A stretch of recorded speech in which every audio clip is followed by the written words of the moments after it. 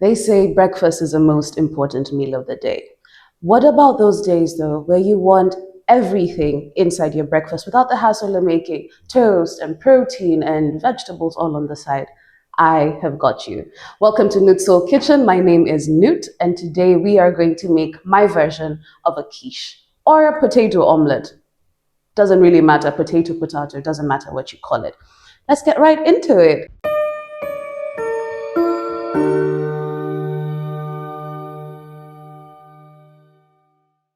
Over here, I have shredded potatoes. Do you see all that? All that is one large potato. Just grate it as you normally would your carrots, with the big, the big space. I have got tomatoes over here. I have got red and yellow bell peppers. I really like the sweetness. It's a slight difference to the green ones. So I'm going to use a combination of the yellow and the red one. It is a different sweetness between the two. I've got very thinly sliced pieces of garlic. Those were 2 cloves.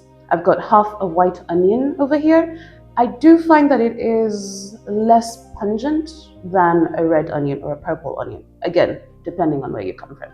And I have got some coriander there, dhania. And I've got some cheese. I had cheddar cheese in my fridge. This is completely optional, but because I do like to have a dairy kind of factor in my omelette, this is what we're going to use. I don't have milk, so. And then after that, it really is as simple as dumping everything in and your spices. Without further ado, dump in your potatoes. I will not waste. And is it really a soul kitchen if you do not touch your food at some point or the other? Well, it's not my soul kitchen, Come into my kitchen, just know my hands have been in your food. If that makes you uncomfortable, well, you've sanitized everything in life a lot, too much. Touch your food. Feel the textures of it. Everything goes in there indiscriminately. So potatoes, dhania, tomatoes, bell pepper. Oh, this is probably a good time to say that if you've got sausage, if you've got ham, bacon, bits of meat that were left over from last night's dinner, just chop them up really tiny, throw them in there as well. Just give that a quick toss. And we will go in with our spices. I like to spice at this stage before you put in your eggs, because some wise chef on the internet taught me that you should season at every stage. So go in with some salt.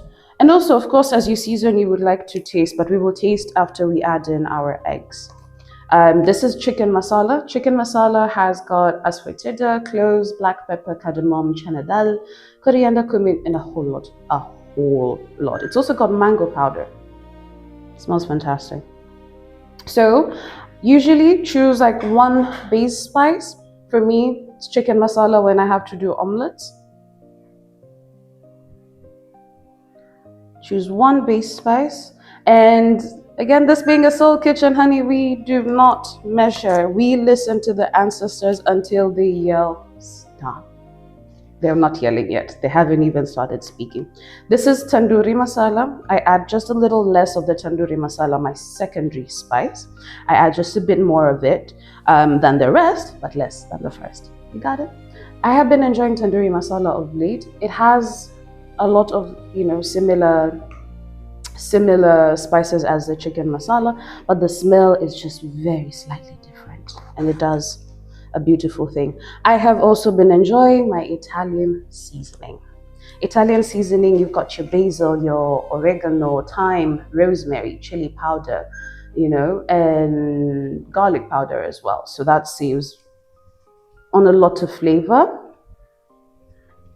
Shake, shake, shake until the ancestors tell you to stop it. The ancestors are not talking yet. Not yet. No, not yet. Still not yet. Maybe now. Maybe. Maybe. Then we've got a white pepper.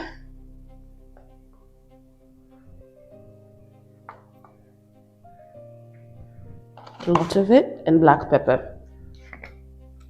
Of course, these two are, depending on your taste. Mix that up.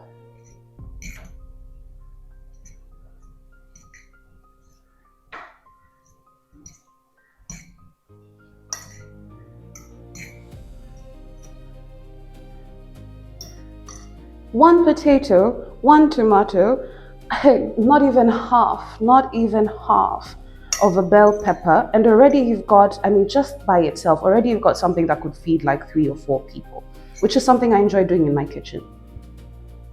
You're smelling just about right. I enjoy stretching or making, actually this is what I call it, I enjoy making a feast out of very few ingredients, and I think it's a bragging right if you're able to feed a family of many on very few ingredients. More does not always equal more. Does that make sense? Consumption does not always equal better. Just because you've got a lot of food on the plate does not necessarily mean, or just because you're using a lot of ingredients does not necessarily mean that you're making the best meal. Some of the best meals I've ever tasted they've got like 3, 4, 5 ingredients. It's just that if you've got extra, go for it. Now, I have done 4 eggs. Mix that up to see if that's enough. You don't want it too thick, so I'll add 2 more eggs. I would like to be able to whip that, because I'd like to incorporate some air and make it as fluffy as possible. So 2 more eggs going in there. I got a 3rd one just in case. Again, you feel through things in the kitchen. I feel like this is how some of the greatest recipes came to be, through emotion, through somebody playing with their textures, playing with how far they can stretch one thing into the next. Consistency almost. Okay, so we've ended up using 7 eggs. That's the 7th one.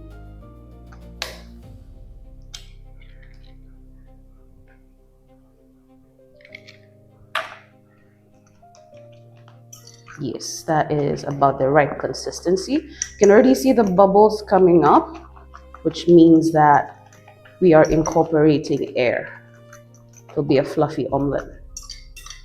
I know you're wondering where the cheese will go, but not quite yet. Not quite yet. I would like to put the cheese all over just the top. Look at how fluffy that is. Yes, that's a fluffy omelette.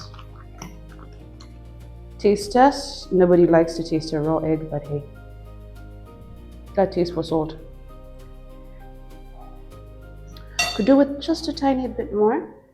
Remember, I salted the vegetables, and so of course the eggs kind of take a little bit away from that, but not that much. And also remembering that I've got the cheese, which will add in some, some salt to the dish. And also everybody has got their own, especially like in my home, we all eat different levels of salt. Which is another conversation for another day, because we were brought up to think that salt is the devil, and so is sugar, excessive, I don't know. But I've been incorporating just a tad more salt into my diet. And I've been reading up on the science benefits of it. So having sodium, your body needs sodium. Look, very fluffy. Now, we are going to do a smell test.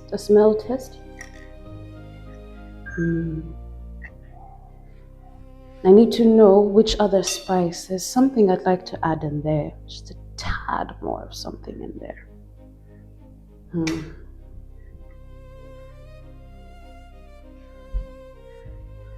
I'll add a bit of the tandoori masala. I need me a bit more of a kick. And also not too much on the raw spices, because remember, you will have to give everything enough time to cook. You've got raw everything in here. And if your spices don't cook in a dish, I promise you, you can taste it when your spices, you can taste it when your spices are not cooked all the way through. It's a terrible experience for your gut as well. I mean, this is now health-wise. Please cook your spices through, otherwise it will go and cause complications in your tummy, indigestion, bloating, all sorts of things. A good thing that is medicinal could become poisonous if incorrectly prepared. Please cook your spices, baby. Be patient.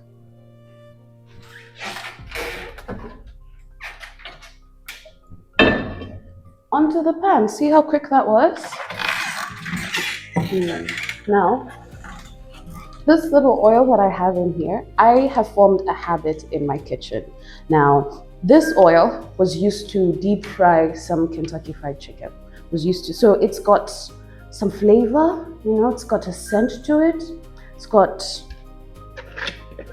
a profile to it that once you put it into the pan to cook the next thing, it just subtly imparts that flavor. I mean, why go for boring oil if you can go for scented oil?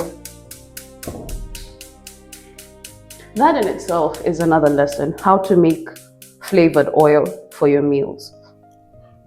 You can make it from rendering bacon fats. Oh, but you know what? No, that's for another episode. Now, this concept of an omelette, I don't know if it belongs to any particular part of the world per se. If I had to give it a place, I don't know, my person is telling me somewhere in Southern America. If you're from there, maybe tell me if this is a dish that's familiar to you. I know that we use very similar ingredients, the cilantro, the peppers, the tomatoes in everything, like a salsa almost in everything.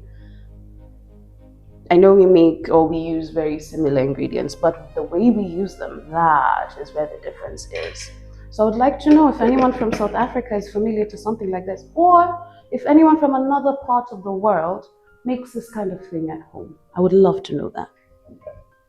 For me, it just started from, I need a 1 plate, 1 pan breakfast. That's it.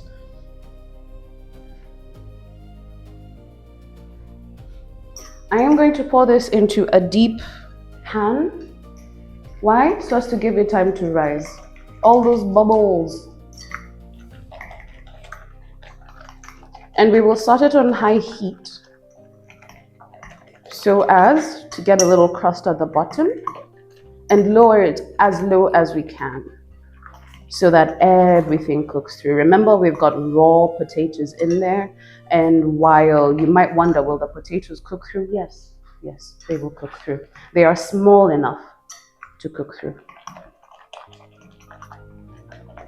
This is the only time that increasing the surface area of something, that my physics teacher taught me. This is the only time that it really matters to me. I'll tell you that.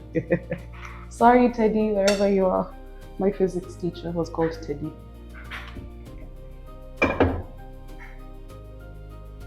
All right, in we go. It smells perfect. Safe. Yes.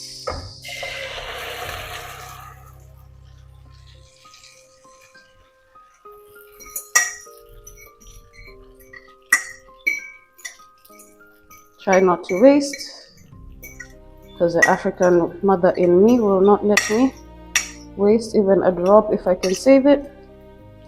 Try to spread that around just to make sure everything's all right.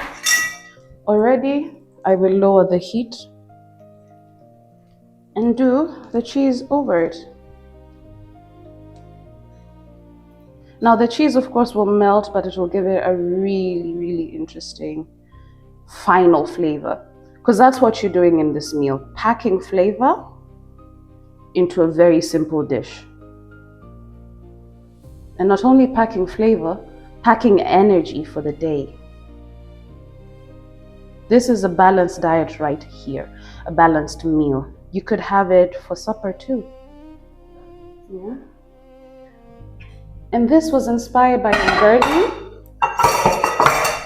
There is, wait, I will need to cover that, and I prefer to do that. Cover it as tightly as possible, and put something heavier on top. Yeah. And then just put that on low heat and let it go. That is all. And while we're waiting for that, there is something I'd like to read for you. This being Nuit Soul Kitchen, I would love us to talk some soul, some real soul talk. Let's get to it, yeah? Our society esteems thinking and doing, progress and success above all else. We go straight ahead, aiming for the top, looking out for number one in all our endeavors. If a given thing does not have monetary value or show a concrete return, we will probably place it lower on the scale. We tend to like those things we can control and dislike those things we can't control or understand.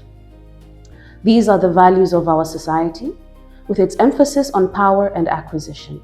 And it has won many fine prizes for us. We think of sciences and machinery, all these wonderful things that we've got now, internet, all of that. All this, however, has been won at the expense of less tangible qualities: feeling and intuition, caring and nurturing, empathy and receptivity. We tend to devalue them because they do not show concrete rewards. This is an excerpt from Ecstasy by Robert A. Johnson. Good book if you can get it. If you get your hands on it, it's fantastic. However, this is a thought that I grapple with. In our society, you see, touch something, turn it into money. You're good at knitting, sell your knitting. You're good at this, sell it. Everything has to have monetary value. While I'm not saying it's good or bad, I am saying it is what society is and has become, which means we have a hunger, a thirst somewhere inside us to create, to love, to care, to nurture without a price tag on it. We've forgotten how even to be friends, how to care for human beings if they do not come with some kind of value addition for us. We look at human connection as networking, not anymore as connection, family building, friendship building, relationship building. Relationships these days, and I'm not meaning romantic only, I'm meaning business relationships, I'm meaning casual friendship relationships, every kind of even parent to child relationships have been laced with a feeling of, what can I get out of you? What can I get out of this that I am so good at doing? And it is a painful reality that leaves us all, again, with a gaping hole, My gaping hole, I started filling it with food. Not necessarily eating it, but exploring it, learning it, listening to people talk about it. What are your techniques? Just learning the cultures behind it. Because I realized I may never have a restaurant, I may never do that, a cafe, that kind of thing. But what I will do is, when I feed somebody my food, when I give you something I've made from my hands, you will feel the love that I put into it. I am not even an outwardly emotional person, but I will feed you to tell you that I love you, It came from wondering, what is it in life that makes us human anymore? If from the moment you are born, you are put into the system, and being useful in the system means that you are minting, you're being capitalistic for the system. That is your use. And if you're not doing that, you're a bum, which I find quite unfortunate, Give you a small example as I peep on my stuff here. Give you a small example. I have visited the coast, right? You go to the beach and Coming along nicely, smelling nice. You visit the beach and you've got all these people just chilling. Yeah? And you wonder, aren't you guys doing anything with yourselves? And because we come from that world of rushing and every moment has to have some monetary value, you look at them and you think, oh my God, these people are lazy, these people are crazy. How do you survive? How do you live life? Well, they have very simple answers. Dad probably knows how to fish, so dad goes into the ocean, gets his 4 or 5 fish that are free, by the way. All you need to do is to have the know-how. You go get the fish, bring it home. Mom knows how to cook. He sells some of the fish. They trade it for their meal, trade it for some of them to go to school. And it's a very simplistic life that does not fit into our mold of wanting more and more and more and more constantly. But they have more peace. They have more peace than all of us who are chasing all these things. They have more real joy, you know? And sit with them. Sit with a person who, according to you, does nothing. You know? Look at the Buddhists. They don't work. Their entire life is consciousness and seeking consciousness, seeking the higher understanding of life. And they will go and they will ask you to please give them something, and you will give them, or they will go and eat from the bounty of nature. They don't work in that sense that we work to attain papers and accolades and all that. Their work is a work of divinity. Their work is a work of understanding consciousness, which is not work at all. It is living, it is being. So I wonder, have we forgotten how to live, you know, how to be? And all we know how to do is to work. Work for love, work for success, work to have your friends, work to be presentable in society, work, constantly put up this version of yourself so you can get to the next, because it's always about the next. Okay, but what about where you are right now? Is there nothing beautiful about where you are right now? And I will leave you with that. This is Nuit's Soul Kitchen. We are going to go deep, honey. And we're going to meditate together, because the world needs to talk about some real things, man. We're suffering. We're not being friendly. We're not being honest.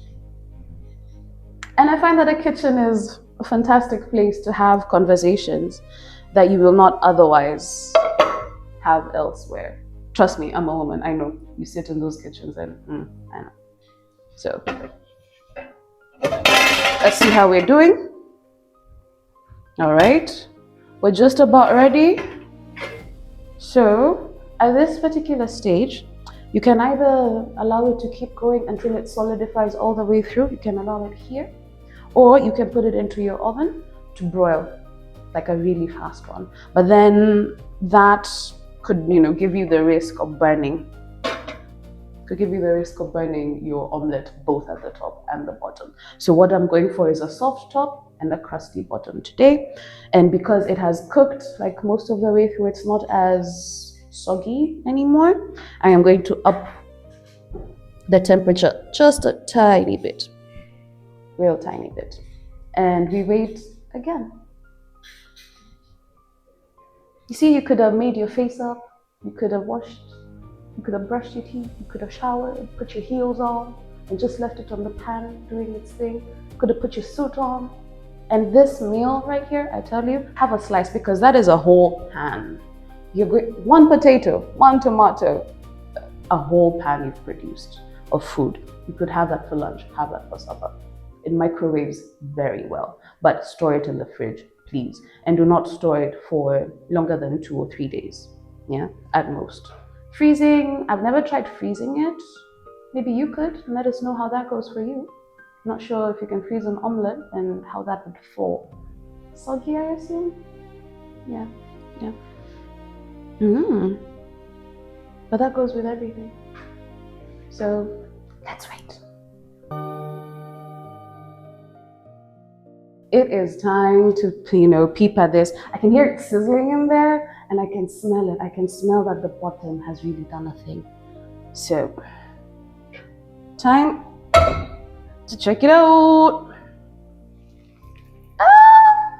Look at all that cheese. Look at the cheese melt up top over there. You've got your coriander, not all the way burnt, not all the way cooked. It is sizzling, sizzling. So, and I have got my crust. Oh, not only that, it comes off perfectly from the sides. I'm just loosening the sides right there.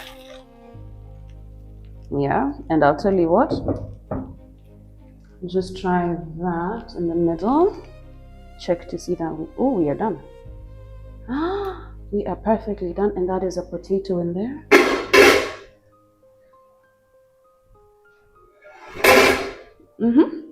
That is done.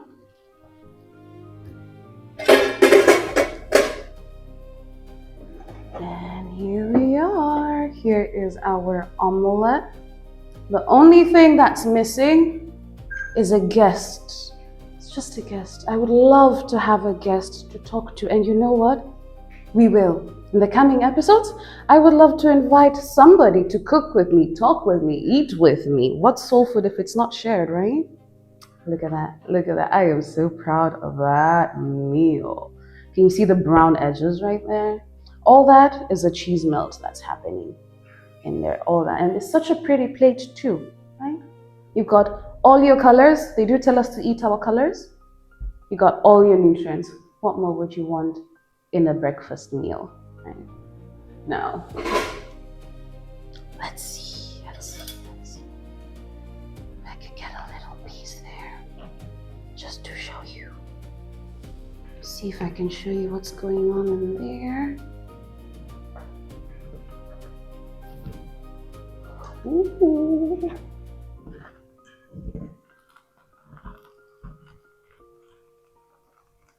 Look at that. Can you see how thick that is? And how well done that is? It is smoking. Now listen, I am not about to burn my mouth trying that out. But that smells fantastic. The potato is done, and I will give it just a moment, I tell you that. Just a moment before I can bite it. And here we go. That is a nice big chunk. I've got some bottom pieces over there that, yeah, I am not missing. Your girl is not about to miss the bottom bits. That's where all the flavor always is. Now, again, that is hot. But look at that crust. Look at that crust. That's what I was aiming for. A brown one with that nice and gooey top. So, I love how that is cutting. It means my potatoes have cooked all the way through. Let's see.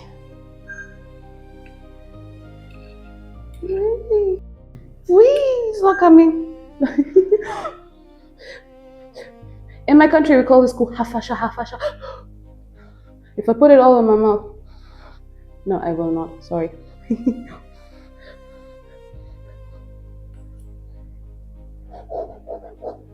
Hafasha, hafasha. Oh my God. Yep. That hits the spot. That hits all the spots. My potatoes are very nice and soft. Sorry, I don't care how hot this is. It's going in. I've got just a hint of the cheese on the top. 2 slices of this and you're all the way done for the day. Really, it's fantastic.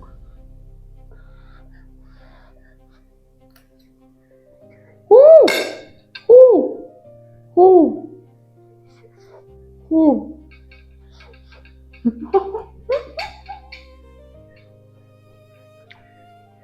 Kids, let your food cool down. But also best eaten hot. So, you know, those people will tell you best eaten right off the stove. Yes, this is best eaten right off of the stove.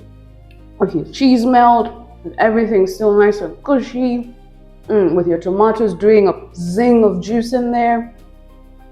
I'm just eating, but I have showed you how to make a fantastic breakfast. Feel free to add anything inside it and come back next time. I have so many more hacks for you, but not only that, we have a lot more soul conversations to have in Nuit's Soul Kitchen. Till next time, baby.